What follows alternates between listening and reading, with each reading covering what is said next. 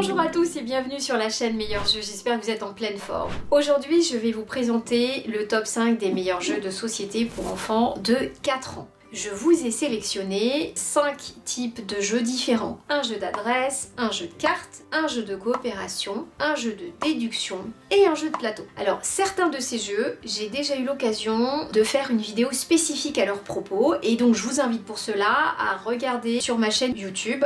Vous pourrez retrouver des vidéos spécifiques pour chacune d'entre elles dans laquelle j'ai détaillé beaucoup plus les règles du jeu, etc. Juste avant de vous détailler ce top 5 des meilleurs jeux de société pour enfants de 4 ans, je vous invite à vous abonner à ma chaîne et je vous en remercie. Allez, on y va, on se retrouve pour le premier jeu que j'ai sélectionné pour vous.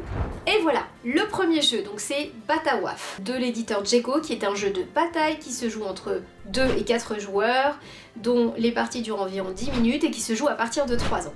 C'est un jeu de cartes vraiment très pratique et ludique pour les petits de 4 ans, de 3 ans, parce que ça permet aux enfants de pouvoir jouer en toute autonomie, même s'ils ne connaissent pas leurs chiffres. Comme vous pouvez le voir, chaque carte est illustrée et représentée par un chien d'une taille différente.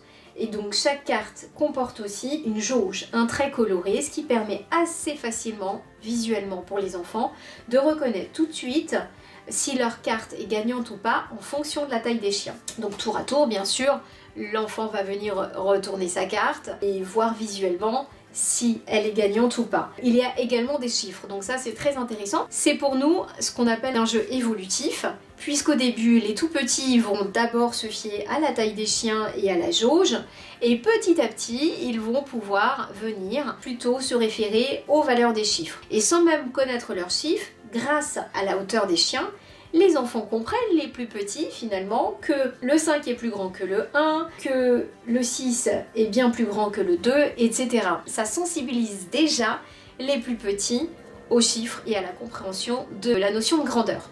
Alors, il présente 3 aspects, 3 avantages. Le premier, c'est que c'est un jeu de cartes très bien adapté pour les plus petits, ça c'est la première des choses. La deuxième, c'est que c'est ludique, dans le sens où effectivement les images sont assez sympathiques et sont très drôles. C'est pratique, puisque c'est ce que j'appelle une boîte tiroir, donc ça permet assez facilement aux enfants de pouvoir ouvrir et ranger les cartes à l'intérieur. Et c'est surtout très pratique parce que c'est petit, c'est solide et ça se transporte très facilement dans un sac quand on part en voyage. Le dernier point, ça favorise vraiment l'autonomie. L'enfant peut jouer tout seul sans avoir besoin d'un grand, justement, grâce à ce repère visuel à la hauteur des chiens. Donc ça, c'est vraiment très intéressant. Pour toutes ces raisons, pour nous, ça fait partie d'un des meilleurs jeux de société pour les enfants de 4 ans à avoir dans sa ludothèque. Je vous mets le lien sous la vidéo pour vous le procurer et je vous retrouve dans quelques secondes pour le deuxième jeu. A tout de suite. Autre meilleur jeu de société pour les enfants de 4 ans, eh bien il s'agit du Monstre des couleurs de l'éditeur Purple Brain qui se joue entre 2 et 5 joueurs et qui est un magnifique jeu sur le thème des émotions. Ce jeu a été tiré en fait d'un livre existant, le livre La couleur des émotions, qui est très utilisé dans les écoles maternelles et aussi les écoles primaires pour expliquer aux enfants ce que sont les émotions et pour que les éducateurs travaillent autour de la thématique des émotions. Donc c'est un jeu coopératif, bien sûr, où le but est de remettre en ordre les émotions du monstre, car ce monstre-là est barbouillé parce qu'il a mélangé toutes les émotions qu'il ressent. Alors, voici le plateau. Il y a donc sur ce plateau 6 couleurs. Chaque couleur représente une émotion. Le vert, la sérénité, bleu, la tristesse, rouge, la colère, noir, la peur, jaune, la joie et rose, l'amour. Pour chacune de ces couleurs, excepté le rose, il y a un jeton qui correspond. Un jeton monstre que l'on va venir en début de partie poser sur les couleurs. Il y a également un dé et puis il y a des bocaux, 8 bocaux au total, donc 3 bocaux multicolores comme ceci et puis un bocal de chaque couleur. Donc voilà, là c'est le rouge et il y en a, là c'est le noir, etc., etc. Le but du jeu va être de venir insérer les pions des émotions dans chacun des bocaux et on gagne la partie lorsque tous les pions sont insérés dans leurs bocaux respectifs avant que 3 bocaux multicolores ne soient retournés. Alors voilà, tour à tour, chaque enfant va lancer un dé et en fonction de la combinaison, faire l'action qui correspond. Donc si on tombe sur le 2, ça signifie que l'on fait avancer le monstre de 2 cases, donc d'où on veut, de ce sens-là ou de ce sens-là, peu importe.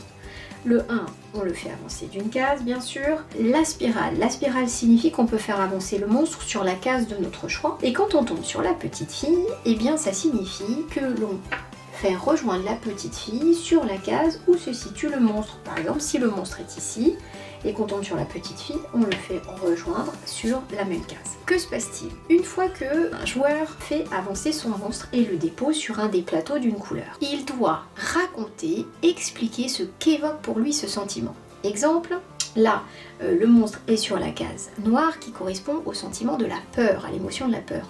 Donc l'enfant est invité à venir expliquer par un exemple, par ce qu'il a vécu, ou une phrase, ou ce qu'il imagine, ce qu'évoque la peur pour lui. Et une fois qu'il a partagé, il a expliqué cette émotion, le joueur va venir retourner un des bocals qui se trouve sur l'étagère. Donc par exemple, on va retourner ce bocal. On est tombé sur le bocal bleu. Alors, c'est le bocal bleu, il ne correspond pas au jeton du monstre noir et de l'émotion noire, donc on en reste là, il ne se passe rien. En revanche, si on avait tiré le bocal correspondant au jeton de la couleur, c'est-à-dire si on avait retourné le bocal noir, à ce moment-là, en effet, on vient insérer le jeton de l'émotion dans le bocal, ce qui signifie que l'on a donc pu remettre en ordre l'émotion de la peur. Ainsi de suite, le jeu continue ainsi jusqu'à ce que on arrive à insérer les 5 jetons dans leur bocal respectif avant qu'il y ait les 3 bocaux multicolores. Si on retourne et que l'on tombe sur un bocal multicolore comme celui-ci, eh bien on le laisse face visible. Et à ce moment-là, le joueur vient intervertir 2 bocals de son choix. Par exemple, on va changer celui-ci avec celui-là, mais toujours face cachée, si bien qu'on ne sait pas forcément quelles sont les couleurs, en tout cas au début du jeu, puisqu'au fur et à mesure du jeu, on a de la mémoire et on peut se souvenir. Donc on progresse ainsi, et puis ensuite, qu'est-ce qui se passe quand la petite fille, par exemple, donc là on imagine que le monstre est ici, on lance le dé, on tombe sur la petite fille, donc la petite fille rejoint le monstre. C'est un peu comme un bonus, en fait, cette petite fille permet au monstre de remettre en ordre un petit peu ses émotions, et quand la petite fille rejoint le monstre, ça nous permet de pouvoir retourner le bocal multicolore. Voilà. On gagne un peu du temps. S'il n'y a aucun bocal multicolore de retourner, c'est pas grave, on continue, on lance le dé. C'est un jeu vraiment très joli, très chouette, on l'aime à plusieurs égards. La première des choses, c'est que d'abord, effectivement, ça fait parler des émotions. Et on le sait que les petits peuvent avoir des émotions assez importantes, par moments exacerbées, et qu'on aime bien en discuter avec eux. Donc c'est un très chouette jeu qui vient les inviter à parler de ça. Deuxième avantage, et non des moindres, au-delà du fait que ce jeu fasse parler des émotions, il fait parler tout court les enfants. Donc il invite aux enfants à s'exprimer, à faire des phrases, même s'ils inventent. Mais donc ça, c'est vraiment intéressant d'un point de vue développement du langage et expression orale. Et puis, troisième avantage, c'est qu'il existe une variante. C'est qu'au fur et à mesure que l'enfant commence à bien maîtriser la notion des émotions et des couleurs qu'il se rappelle bien, on peut tout à fait adapter le jeu pour lui poser des questions sur la couleur de l'émotion de sa journée. Là, on parle pas forcément de lui, mais on lui demande, tiens, aujourd'hui, ta journée, tu la qualifierais de quelle couleur? Et pourquoi? Donc là aussi, ça vient un petit peu plus encore développer, amener l'enfant à s'exprimer. Une petite astuce. Des fois, pour les plus petits, ça n'est pas évident pour eux de s'exprimer tout court ou d'exprimer leurs propres émotions en disant j'ai peur parce que, je suis triste parce que. Donc pour les aider à s'exprimer, on peut tout à fait, donc quand ils arrivent sur la case correspondante, donc là ici, sur la couleur bleue qui représente la tristesse, on peut tout à fait l'aider à s'exprimer en lui posant la question suivante. Pourquoi, à ton avis, le monstre est triste? Comme ceci, ça peut leur permettre, ça facilite davantage pour eux leur façon de s'exprimer. Donc véritablement un très très joli jeu qui pour nous fait partie du top 5 des meilleurs jeux de société pour enfants de 4 ans, notamment pour la thématique qu'offre ce jeu-là et aussi pour le fait d'accompagner, d'amener l'enfant à s'exprimer, à développer son langage. Voilà, donc je vous invite vraiment à vous le procurer, c'est un très beau cadeau à faire aussi. Je vous mets le lien sous la vidéo et puis je vous dis à tout de suite pour le prochain jeu.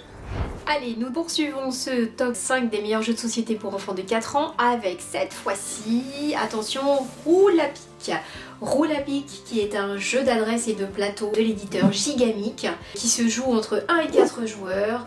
Et attention, notez bien, ce jeu a reçu un prix en 2020, le prix du Kinderspiel des Jahres, désolé pour la prononciation, c'est un prix de renom international allemand qui a été décerné au meilleur jeu enfant 2020. Et donc c'est un jeu en fait qui se joue en deux modes, un mode compétitif et un mode coopératif. Donc dans le mode compétitif, le but du jeu est d'être le premier à faire avancer son hérisson pour qu'il arrive dans la maison. Et dans le mode compétitif, on fait équipe ensemble pour que le hérisson arrive le premier avant le renard. Et justement, pour ceci, il y a deux installations différentes. L'installation que vous voyez ici correspond au mode compétitif. C'est très intéressant parce qu'en fait, vous avez 6 planches, recto-verso. Et donc chacun, voilà, à chaque fois on peut venir choisir en fait son parcours, le faire de façon à ce que ce soit différent et ça c'est intéressant parce que du coup il y a toujours de la nouveauté, c'est jamais le même parcours. On installe aussi des friandises, il y a des pommes, il y a des feuilles et il y a des champignons. Il y a également une boule hérisson. Et en fait ce qui va permettre de faire avancer son hérisson, c'est justement par rapport aux friandises que l'on a récoltées en lançant la boule hérisson. Donc à chaque fois, tour à tour, chaque joueur va venir lancer la balle.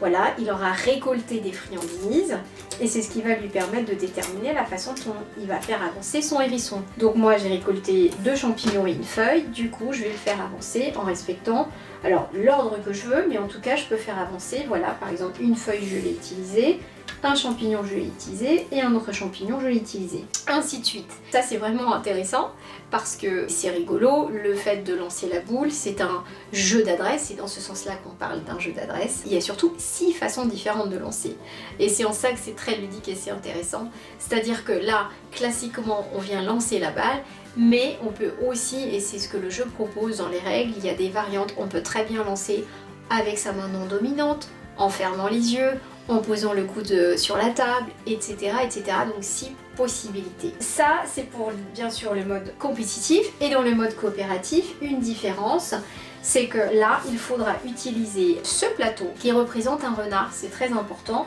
et on vient le placer tout en haut, donc pareil, hein, on choisira bien sûr les faces que l'on veut, et ensuite on vient surtout placer toujours en haut, au début, le plateau renard. Le principe est très simple, donc là on fait équipe, on prend un hérisson, pareil, on fait rouler la balle pour savoir comment on fait avancer son hérisson, et ce qu'il faut noter, c'est que à chaque fois que le hérisson avance d'une case ou de 2 cases, ou peu importe, le renard avance lui de 2 cases. Donc le but du jeu est d'être le premier et de faire arriver le hérisson de l'équipe avant l'arrivée du renard, bien évidemment. Donc c'est vraiment un jeu très sympathique parce que c'est plus qu'un jeu de plateau, c'est vraiment un jeu d'adresse et ça c'est vraiment original en fait et ça plaît énormément aux enfants. Du coup il y a toujours de la nouveauté, donc c'est ça qui est intéressant puisque le parcours est différent et ça se joue seul. Cette variante qui se joue seule est très intéressante pour les petits parce qu'ils peuvent jouer en autonomie, les règles du jeu sont simples et pour jouer seul, eh bien tout simplement ils utilisent le mode de jeu coopératif. En utilisant le mode de jeu coopératif, l'enfant peut tout à fait jouer seul. Donc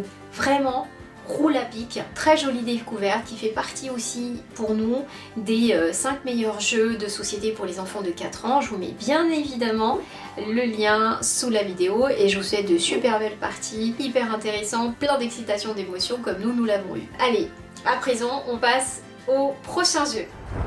On poursuit ce top 5 des meilleurs jeux de société pour enfants de 4 ans avec cette fois-ci Oudor Dodo, qui est un jeu de déduction, de logique, de concentration qui se joue à partir de 4 ans bien sûr, entre 2 et 4 joueurs et dont les parties durent environ entre 5 et 10 minutes. Ce jeu est sans conteste pour nous l'un des meilleurs jeux de société pour les enfants de 4 ans afin de développer la concentration, travailler la mémoire et favoriser le langage. Le principe est très simple, il s'agit de retrouver le premier où s'est caché le petit ourson. Il y a des cartes sur lesquelles sont représentées des maisons avec des animaux de couleurs différentes, des toits qui sont avec des caractéristiques différentes et l'un des joueurs va venir cacher le petit ourson derrière l'une des cartes comme ceci, pendant que bien sûr les autres joueurs ferment leurs yeux ou se retournent.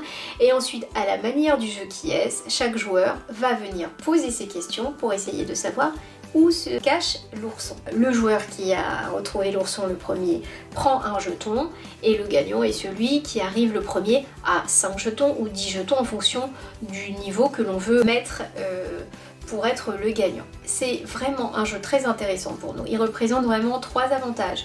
Le premier, c'est que d'abord, les cartes représentent des illustrations différentes, intéressantes et variées, ce qui permet aux enfants de poser diverses questions et d'être précis aussi dans leurs questions. La deuxième des choses, ce sont les belles illustrations. Et le dernier avantage pour moi, c'est la boîte tiroir que je trouve intéressante parce que c'est facile à ranger pour les enfants, à transporter, c'est robuste, donc quand on veut partir en voyage ou chez papy mamie, c'est extrêmement pratique pour prendre avec soi le jeu pour nous ou d'ordodo. Et vraiment un jeu très intéressant à avoir parce que ça nécessite à l'enfant d'avoir de la mémoire dans le sens où il doit se rappeler de toutes les questions qui ont été posées avant pour ne pas reposer les mêmes questions, puis d'être précis dans son vocabulaire, dans son langage, pour justement poser des questions et se dire est-ce que l'ourson se cache dans une maison dont le toit a des vagues ou a des zigzags. Ça nécessite vraiment d'être précis et c'est en ça que c'est vraiment intéressant. Une petite astuce à vous livrer. La petite astuce, c'est que quand on est 2 joueurs, forcément il y aura toujours celui qui devine sera le gagnant puisque on termine la manche quand on a trouvé où se cache l'ourson. Moi j'ai mis en place une petite règle avec mon garçon. Quand on n'est que tous les deux, à chaque manche, donc on compte le nombre de questions que l'on a posées pour parvenir à retrouver l'ourson. Donc si à la première manche, moi j'en ai posé peut-être 4 pour retrouver l'ourson, autour de mon garçon peut-être que lui il en a posé 6, etc. etc. Donc à chaque manche on note le nombre de questions, si bien que en fait le gagnant à la fin est celui qui sera parvenu à retrouver l'ourson en ayant posé le moins de questions. Donc ça met un peu plus de piment et de challenge quand on est à 2 et c'est intéressant. Je vous mets bien sûr le lien pour vous le procurer, n'hésitez pas, c'est un très joli jeu à offrir et à avoir dans sa ludothèque. Allez, rendez-vous tout de suite pour le prochain jeu. Et voilà, on se retrouve pour le dernier jeu de ce top 5 des meilleurs jeux de société pour enfants. Et là, je vais vous présenter notre coup de cœur, notre sélection, notre jeu numéro 1 de ce top 5 des meilleurs jeux de société pour enfants de 4 ans. Sans plus tarder, je vous le dévoile tout de suite, il s'agit de Croque-Carotte de l'éditeur Ravensburger, qui est un jeu de plateau, un jeu de loi qui se joue entre 2 et 4 joueurs. Ce jeu est très simple. C'est un jeu qui s'apparente au jeu de loi avec des règles très bien adaptées pour les tout petits. Le but est d'être le premier à faire atteindre son lapin en haut de la montagne sur la carotte. Donc chacun des joueurs dispose de 4 lapins de la même couleur. Tour à tour, chacun des joueurs va venir retourner une carte, donc toutes les cartes sont bien sûr face cachée, va venir retourner une des cartes pour accomplir l'action. Il y a 4 cartes différentes, des cartes lapins en indiquant le nombre de cases à avancer, donc ici on avance d'une case, de 2 cases, de 3 cases, et des cartes lapins, délicieux moment pour les enfants qui indiquent qu'il faut tourner la carotte. Et en tournant la carotte, il y a des trous, des pièges qui peuvent s'ouvrir et des lapins qui peuvent tomber dedans. Et c'est en ça que ça amuse énormément les enfants. Au fur et à mesure du jeu, on va faire avancer nos pions. Donc là, c'est en admettant qu'on est 3 joueurs. Et bien sûr, si on tombe sur une carte carotte, on vient tourner la carotte jusqu'à ce que, là par exemple, en l'occurrence, il n'y a pas eu de trou et aucun lapin ne tombe, là non plus, et il peut arriver un moment, bien évidemment, où ça tombe sur un lapin. Alors, cette case trou est considérée comme une case, c'est-à-dire que si un joueur tire une carte 1, en faisant 1, eh bien le lapin tombe dedans. Par contre, s'il fait 2, bien sûr, et qu'il est ici, ou plutôt qu'il est là, il peut faire 1 et 2, il ne tombe pas évidemment dans le trou. Donc c'est un jeu qui comporte vraiment 3 avantages pour nous. Le premier, c'est que les règles du jeu sont très simples. Le deuxième avantage, c'est que l'univers, la thématique des lapins plaît énormément aux enfants. Et puis le troisième avantage, c'est que c'est un jeu qui se joue en autonomie pour les petits. Il n'y a pas besoin d'avoir un grand à côté, grâce justement aux règles du jeu qui sont extrêmement simples. Voilà, donc nous il nous a énormément plu.